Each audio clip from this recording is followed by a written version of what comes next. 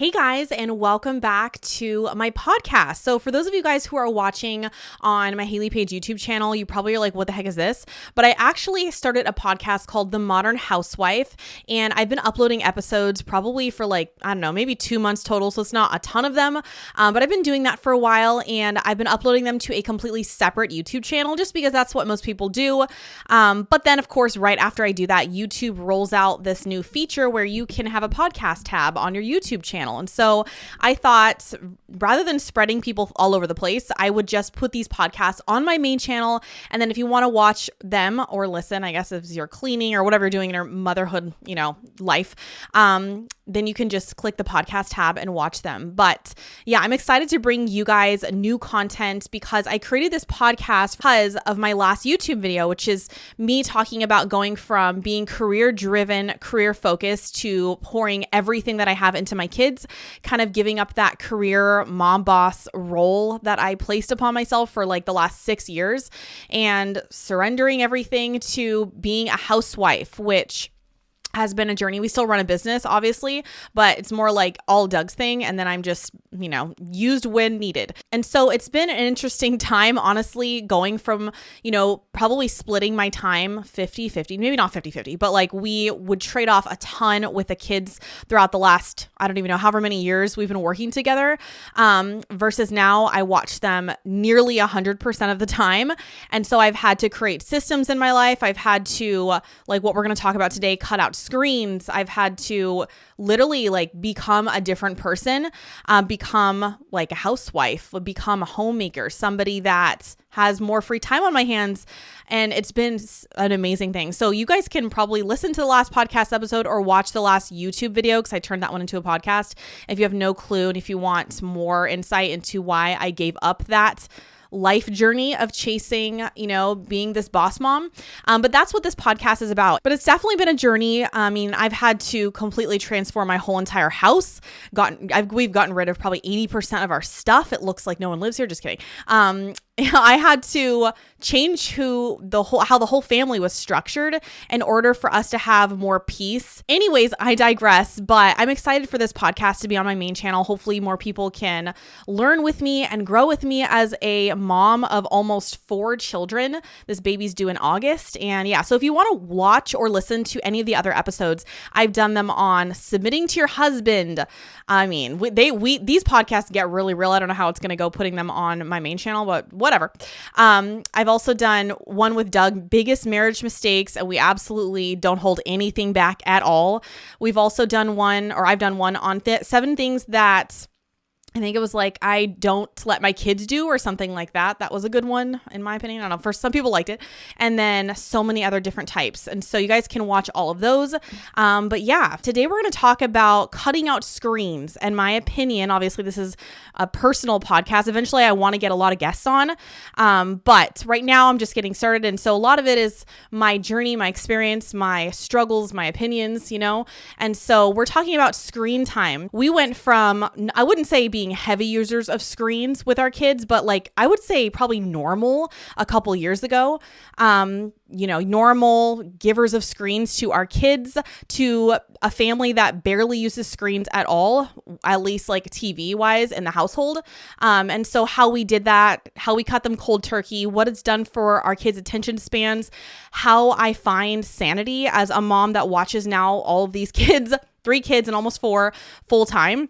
And so we're going to go through that. Welcome to the Modern Housewife Podcast. My name is Haley, homeschool mom of 4, entrepreneur, and full-time stay-at-home mom. In today's day and age, I truly believe women can have it all with the right tools and mindset. Join me as I share my journey in creating a strong family culture, time management tips from a busy mom, and how to achieve lasting success in all areas of your life. Okay, so in my natural Haley way, the first thing I got to start out with is an annoying disclaimer. So first off, right off the bat, I don't think screens are inherently bad. I mean, as a 90s kid, I think most of you guys, let me know in the comments if you got unfettered access to screens. I mean, to an extent, my parents weren't negligent, but like I watched the Wild Thornberrys and, I hated Rugrats, but that was always on. SpongeBob. Like I got, what is it? Nickelodeon, and I watched TV before school with my cereal, like at my TV tray. Like it was just the life that we all lived. Doug too. So I didn't grow up with no screens. My family and I we had extremely close relationships. I wouldn't say that I liked reading, which is another subject in a minute, because I got unfettered access to screens. I think that is a big reason why. But my family and I are super close. Like my one sibling, Casey, she's 10 years older. We're very, very close growing up. We talk now, and then she lives far away, but we have a bond because we're sisters, and even my mom and dad, we all bonded over the TV. So I'm not saying that that's not possible. It's just, I want to do things a little different. I think my parents would honestly agree if they were sitting here watching me that we should do things differently, especially for kids age 2, 4, and 6. And obviously the baby won't be watching anything because it's a baby. And so anyways, my point to that is just because you watch screens with your kids doesn't mean I think that you're like doing the worst parenting job ever. It's just for this phase of our life, it served us so well. And so, yeah, right now we don't watch screens for entertainment purposes unless, well, there's one instance, which I'll tell you guys what that is in a minute, but we do watch it for educational purposes, and I'll explain what that is. Okay. The first thing I wanted to talk about is what made us cut out screens. I would say like 90% of the time. Like they hardly ever get it. They don't ask for it. They don't even like think about it. When a screen is on at like my sister's house, they have screens on all the time because her family is way chiller than mine. And, she probably thinks I'm so uptight. We're very different. And so my kids will be like, oh my gosh, like a screen is on, and they don't think that's the devil, but they definitely look at it and are like looking at me like, Mom, like, should I be watching Minecraft replays or something like that? Not that they watch that. I don't know, maybe. But so yes, they're really shocked when they see screens because they're also really still, they're really young. Like I said, 2, 4, and 6. Yeah, I think it's going to be a little different when they're like 14, 15, 16 or whatever the age gap is, So when they're older, it's not going to be as weird. We're not living it and putting them in a box. I got a comment from someone being like, aren't your kids going to miss out on childhood because you don't let them do normal things? I'm like, no, because they're eventually going to do normal things when they're a little older. It's just this age specifically, we're not doing that. So anyways, the biggest reason why we cut out screens started back actually when I was a full-time YouTuber in 2018, 2019. We were using screens a lot. Okay, so Annabelle is my eldest. She's 6 now, 7 in December.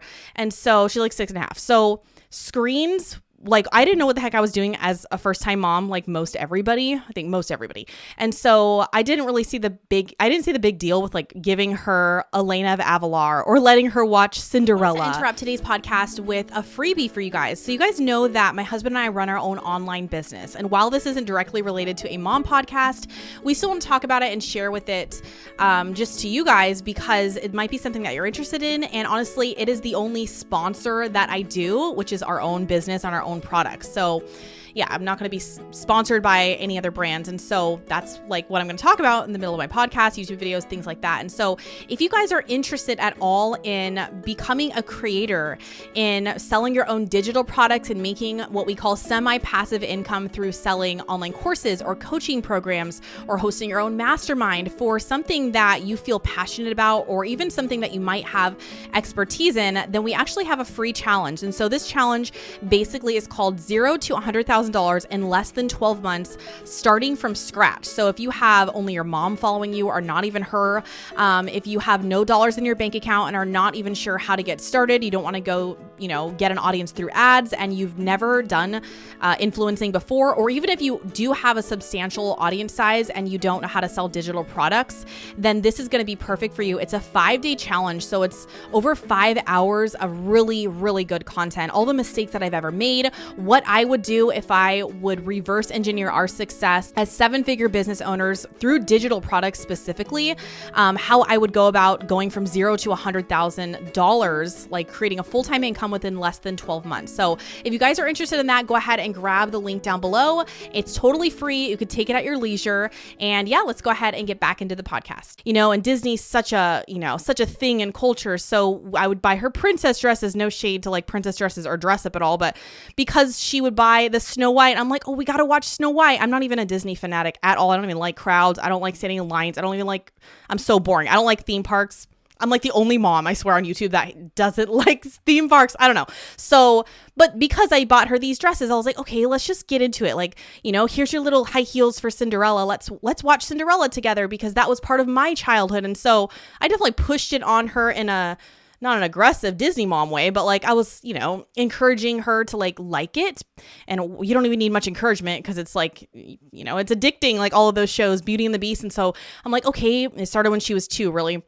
You haven't watched Beauty and the Beast, we got to watch Finding Nemo. That's a good one. We got to watch this. And so this is how it started.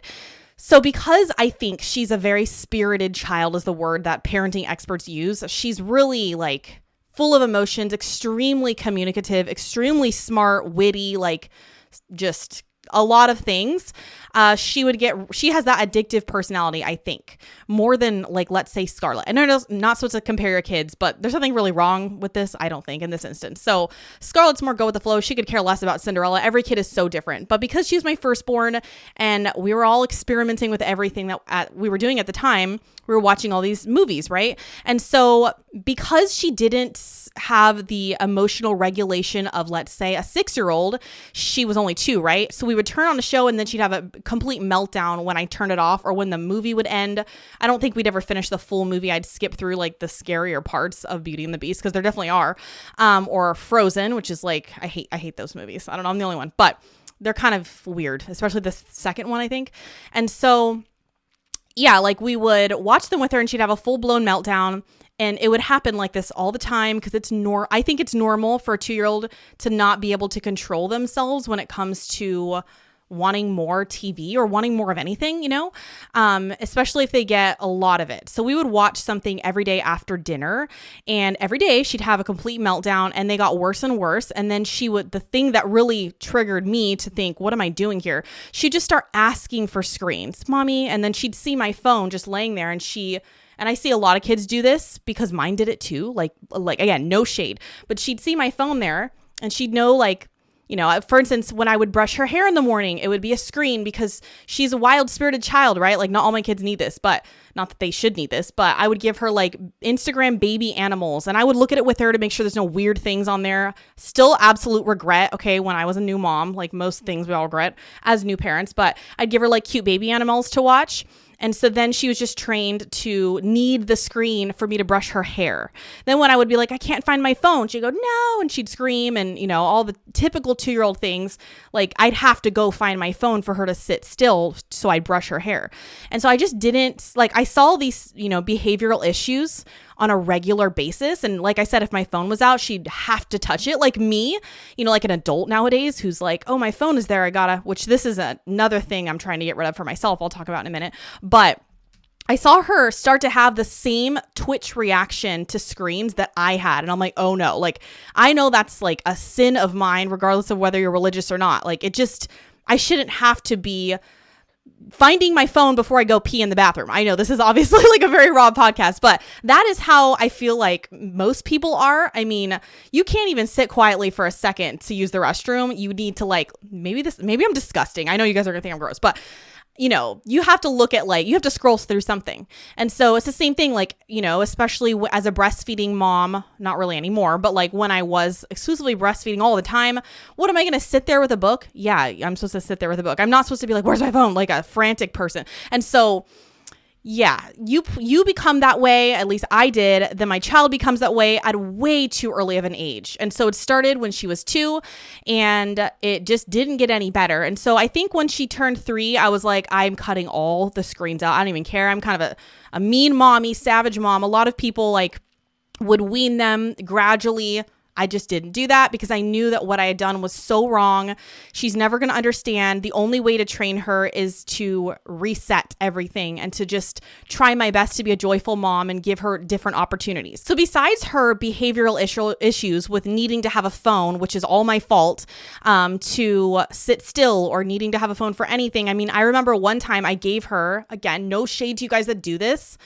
This is just my experience. I know that people are going to feel instant like mom guilt, but like, what am I supposed to do? Not talk about my experience? I don't know, whatever. So you can come at me if you want to. But I remember one time I was like, Doug, she is killing me. And I think honestly, it was like the transition to one kid because you're not used to the chaos. You're, at least for me and Doug, we only had one sibling. And so our houses were not as wild as like growing up, our own houses, as like our current houses. It's like loud all the time, and it's just a lot of questions, like you guys know. So when you have kids, and so when you have your first one, at least for us, it was shocking, and she was just one kid. Like, it's a joke when moms of multiple hear a mom of one complaining about their one kid. It's like, okay, just wait. But you don't hopefully say that because you're a nice person, right? You just think, okay, that's what everybody goes through. And then you'll realize that that's actually not that crazy. And it's, you adjust to it. And so anyways, we went to a restaurant, Doug and I, one time when we lived in Charleston, and we just wanted to tell each other something. Like, I don't even know what it was. We just wanted to have a conversation. And, we didn't enforce quiet time. She was having a hard time with her nap. I didn't have any structure to my day because I relied on screens for structure and to give myself like a break. And it was all my doing, but we wanted to have a quiet moment. So I'm like, I don't even know if it was me or Doug. We're both, we were both bad at the time, but let's just give her the phone like propped up on the table at dinner. And I always knew I didn't want to be the mom that gave my phone. Again, like, I don't want you guys to feel bad because I've done it and I'm not perfect even right now. Like, I'm not. This is just where we're at now. And so whatever. Okay.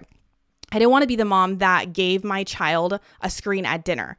I saw other families, and the reason why I didn't is because I knew of other families that had trained their children in a nice way. They're not dogs, okay? So like when I say child training, I'm not saying they're giving them a spank, like, for something like that, which, you do you again. But that's not really what I'm saying for people that are triggered by that word. I just mean they train their children in a way that they're able to sit quietly from ages 2, 3, 4, 5, and 6. And they're a happy family and all the things at restaurants. And I didn't get screens and neither did Doug. And we were pretty like obedient children. And even that word's triggering to people, obedient, but whatever.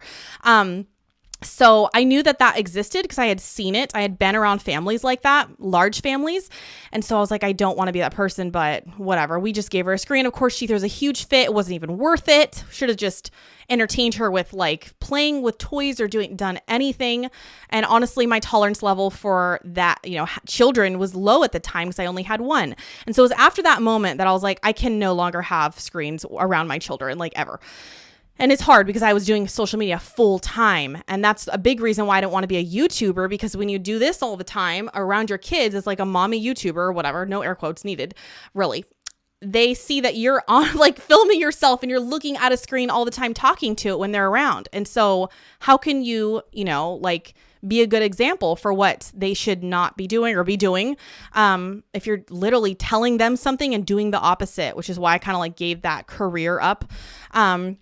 But anyway, so that's like the biggest reason is her behavior. And yeah, but the second reason why I wanted to cut out screens was because I wanted them to have a long attention span. Now at the time, or my kids, not them, Annabelle and all my other kids, I wanted them to be able to be bored.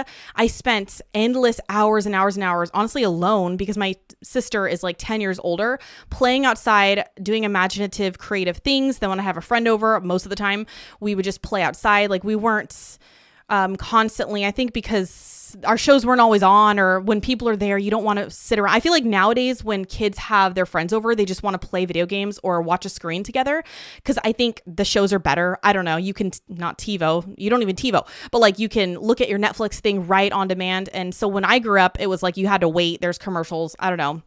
Attention spans were longer, I think. And so I wanted my children to have that childhood that I had.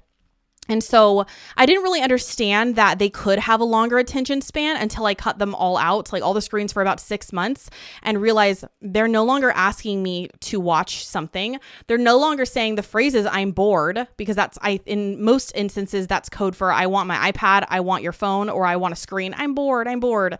I didn't want that. I saw so many kids like saying that at the park even, or so many kids, even in our homeschool co-op, like homeschoolers.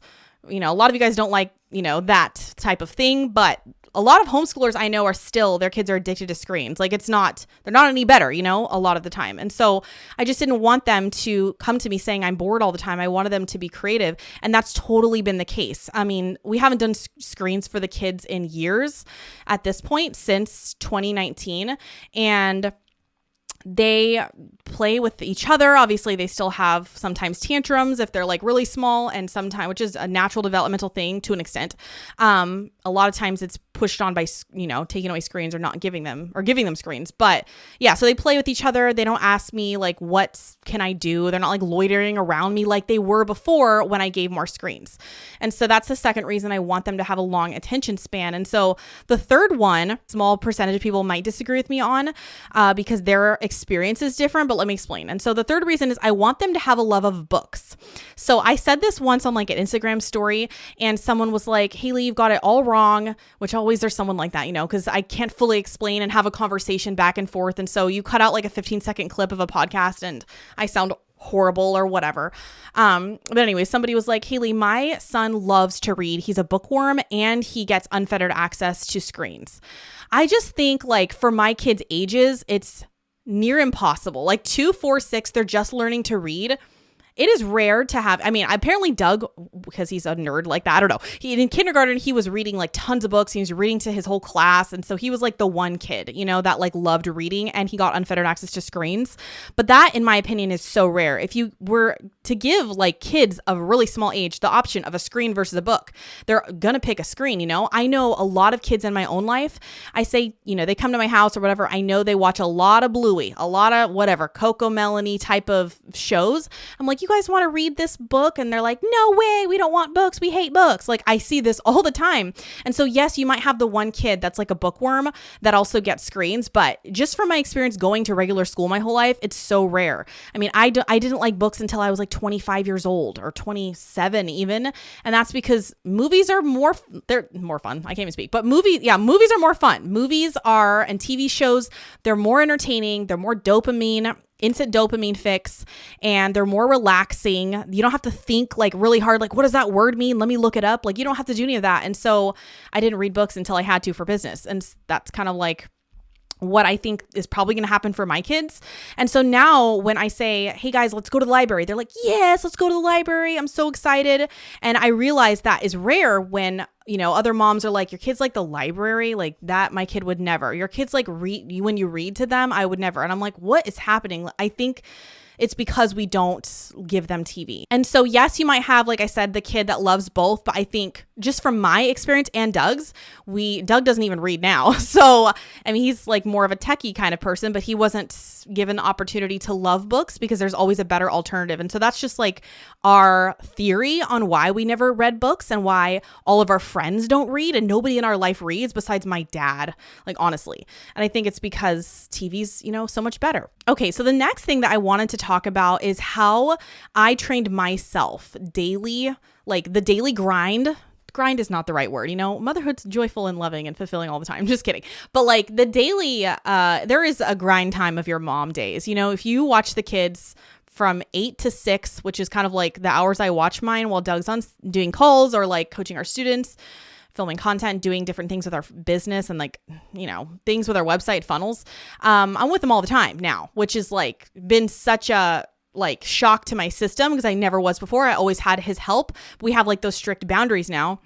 And so how do I entertain them all day while not losing it and giving myself a break? So the first thing that I figured out that I had to do is I had to train myself to not reach for my phone, because every time I would reach for my phone, obviously it's the thing that I just talked about. They're going to want to screen, and then I look like I'm such a hypocrite and they're not even going to care what I say or trust what I'm saying. But besides that, when I reach for my phone or when I used to turn on the TV, it allowed me to be like a lazier mom, just because, like, for me personally, maybe not for you, but for me, because then I didn't have to think of like structures to our day, systems, routines. I wasn't forced to because of their constant loud noises, and like different times of day where they like 3 to 5, they call that the witching hour. I still think it is. You have to be on the hours of 3 to 5 because things could just blow up and there can be a lot of fighting quarreling with the siblings, whatever. And so I could have just easily band-aided that by putting on a show for like an hour or something. And I didn't have to, worry about having like a super structured day. And so it all started with me and giving up like screens myself. And so I know I sound like such an annoying prude type of whatever know-it-all, but I still watch sometimes. Like I'll binge watch The Real Housewives. I know that's so bad, but like once or twice a year I'll do the whole thing like at night. But I don't have my phone out at all during the day. If someone texts me, they know they won't get a response for like a full day. It's usually like, I don't even know where it is. I lose it. It's plugged into the wall still, because I know that it's just going to make me more lax and less structured with my time. And so when we go to the park, I'll have my phone, but I'll bring a book and I read a book with them instead so they can see me reading. And it's going to be, I tell them like what's in my book. Annabelle's like, well, what are you reading about? And I'm like, I'm reading like some like prairie book right now. I forget the name. And I tell her about the prairie and like what I'm reading, because I can't constantly play with my kids 24/7 without relaxing. Like nobody can. No one's a machine, no one's a robot. And so I'll read books in front of them at the park. And then as far as the quiet time of day where the baby or the 2-year-old is napping and then my 4 and 6-year-old are kind of like wandering aimlessly around the house. And that's when I'd give a show as I'm cooking dinner or when they're, more wild with their spirit. And so that is when I'd have to be more strict. So I'd give them an hour. I enforce nicely. I'll explain what we do in a minute. From like probably 1 to 2:30, I enforce quiet time. So they are in separate rooms for half of the time because I just let them, I don't know, I'm a little more relaxed than some people, but for like 30 minutes or maybe like 40 minutes, they'll be in separate rooms. They have their quiet time bin and I rotate the toys out depending on the days of the week. So some days like this room right here is Scarlett's room for quiet time and she'll get Play-Doh, or sometimes I'll throw in like clay. I make like these play packs, which I have some over here and I'll show you guys in a minute like what it looks like. But versus like having my house cluttered with toys, I've actually created this new system with like play packs. So I'll put Polly Pockets like in one play pack, and that will be like Monday and Wednesday. I don't know. I'm not super good at switching them out. They have to remind me if they're getting bored. And then in the other room next door, Annabelle will have puzzles on certain days and she doesn't need them really because she's 6 and she can listen to an audiobook, which we get from the library. And so she doesn't have to be constantly entertained. She has a longer attention span, but I still like to give her options. And so we do that for like the first probably like 45 minutes. And then whenever they're really like tired of it, I'll let them play with each other as long as they get a break from each other. And then during that time, I obviously like work on our business or do things that I have to do that involve screens because they're not watching me, suck down like a bunch of episodes of The Housewives or something like that. Okay, so I wanted to give some tips for moms if you care and if you want them. Anyone that doesn't, don't have to listen to this part, but tips for moms that are struggling with screen time. The first thing I would say is you have there's the phrase, more is caught than taught. Okay. So if you don't let your kids have screens, but you're constantly looking at your phone, like what is the point of that? They're going to eventually find you out and they can sniff a hypocrite out. Anybody can, really, any human, like miles away, right? So you don't want to do that. You have to give it up yourself. Okay. So something that I'm trying to do, but it's difficult nowadays to go to a flip phone because everything that we do is got 2-factor authentication on it, which means like if I log into my YouTube channel or like my email, literally anything, I have to press a code on my phone. So it's honestly been difficult to transfer everything to Doug's phone because he also needs 2-factor authentication for Google and YouTube. And so that's something we're trying to do later today because you can't have like a bunch, like you can't have multiple Google accounts so far. I don't know. We're going to figure this out. But with 2-factor authentication on one person's phone, you need multiple devices. So I might have to keep it and just turn into a dumb phone that I pay for every month. I don't know. I actually might be paid off. But yeah, so I do want to get a flip phone because I just really don't even want the temptation at all for it. Because I do totally scroll at night. I'm not perfect. Okay. So at night, I'll click a YouTube short and 30 minutes later, I'm like, what am I doing looking at all these YouTube shorts of like people cooking, And so I don't even want that for myself. I want to train my own attention span. I still have the addiction, like the addictive response to like reach for it if it's on the bed. And so anyways, I'll do a different video about how that transition is once we do it. But tips for moms struggling with screen time, my unpopular opinion is to cut it cold turkey. In fact, I was looking at this, like, I don't know, Facebook too. Well, it's crazy. It's all crazy and it's so addicting. But with like people talking about, okay, so I was looking at like a Facebook group post and some lady said, I feel so bad. My kid's absolutely obsessed to like video games or screens and, it's my fault. I feel bad taking it away. And so all these moms were telling this woman to gradually wean them, don't make them super upset. And so I wouldn't do that, but I'm more of a mean mom. Okay. Like if you want to say it, because if you want to say it like that, just because I know that I messed up and weaning isn't going to do anything. It's all going to be really hard. If you wean it, it just takes longer. So I would cut it cold turkey. But depending on the age of the child, I would explain to the child, like I didn't explain this to my 2 or 3-year-old or 4-year-old, but like 5, 6, 7, 8, I'd probably say, listen, mommy has made a big mistake. I've let this go on too long. And then I'd explain what's wrong with having too many screens for anybody of any age.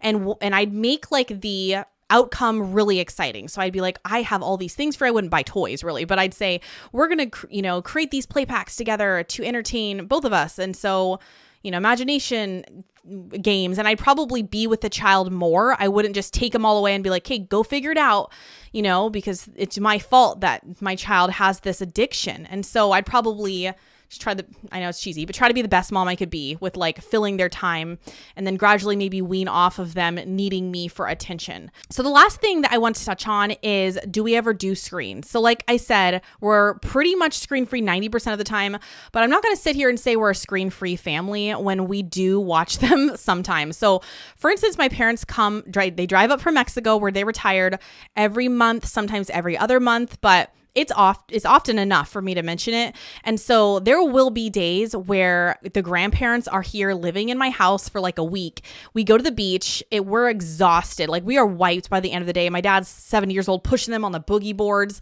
And so I want to give my parents a break, at like 5 or 6 o'clock when we're just like deceased. And so I turn a show on and they watch a show with the grandparents. Like they'll watch an entertainment show, like something, I don't know what, Clifford. I don't even know if we allow Clifford, but Doug usually picks a show and it's usually on like PBS because it's like pretty clean, I think, for now. But yeah, there's nothing weird in the shows and definitely no YouTube Kids like ever, because there's some sus things happening over there for kids. And so we'll do that like when my parents come, because I just want to give my parents a break from my own kids, So we'll do that. We don't do screens when we drive 8 hours to NorCal, because then it just like, I didn't get screens on road trips. Like why should they, And we want to teach them, not in a negative way. I know that sounds bad. That sounds wrong, but we want to like talk about the windmills when we drive to Palm Springs. Like, we want them to hear all the annoying dad, if you ever did a road trip with your dad, most likely he's like, have you guys seen the aqueduct over here? I'm going to teach you all about it. I want them to experience those things with their dad. It's never me teaching them, but about random things like aquifers and things that you see on road trips that are kind of like dull, rivers and I don't know, the different types of topography that we come across in California. So I want to experience that with them, and I want them to be not asking for a screen on a road trip, and I want them to live life like in the present time. So we don't do that. Sometimes we'll do screens if we fly a really long time stuck there in an airplane, because like road trips you can get out, eat lunch, like whatever, but in an airplane you're trapped. So if we fly to Virginia to visit like Doug's brother,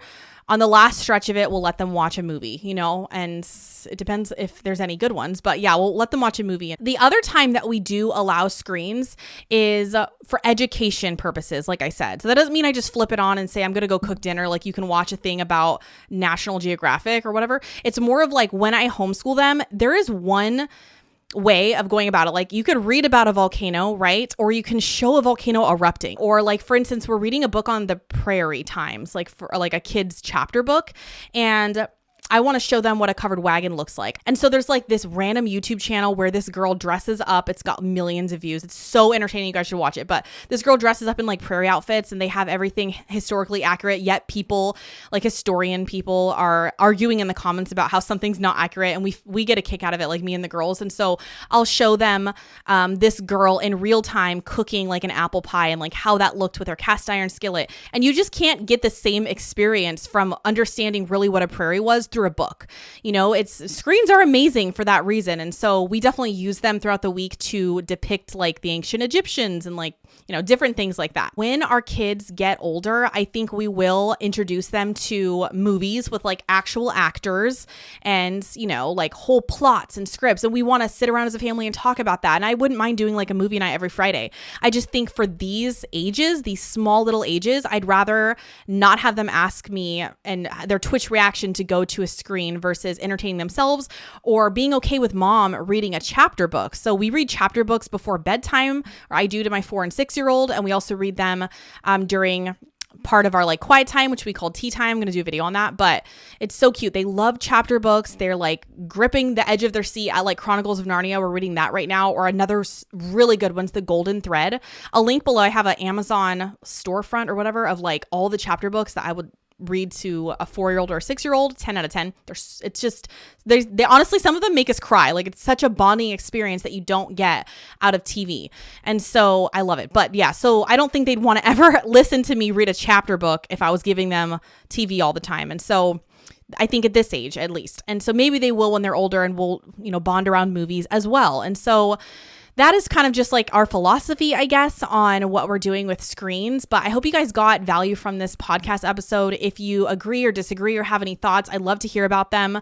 I can take it. Trust me, I know most people don't live as what you'd call radically nowadays, as we do, which I don't feel like it's radical, but to so many people it is. They think I'm turning Amish or something. Nothing wrong with that, but you know. And so that's pretty much it. But if you guys like this podcast, seriously leave a review. That would mean the absolute world to me. And also I have a mailing list for Haley Page YouTube subscribers where you can get updates on the content. Thank you guys so much for being here, and I will see you in my next one. Bye guys.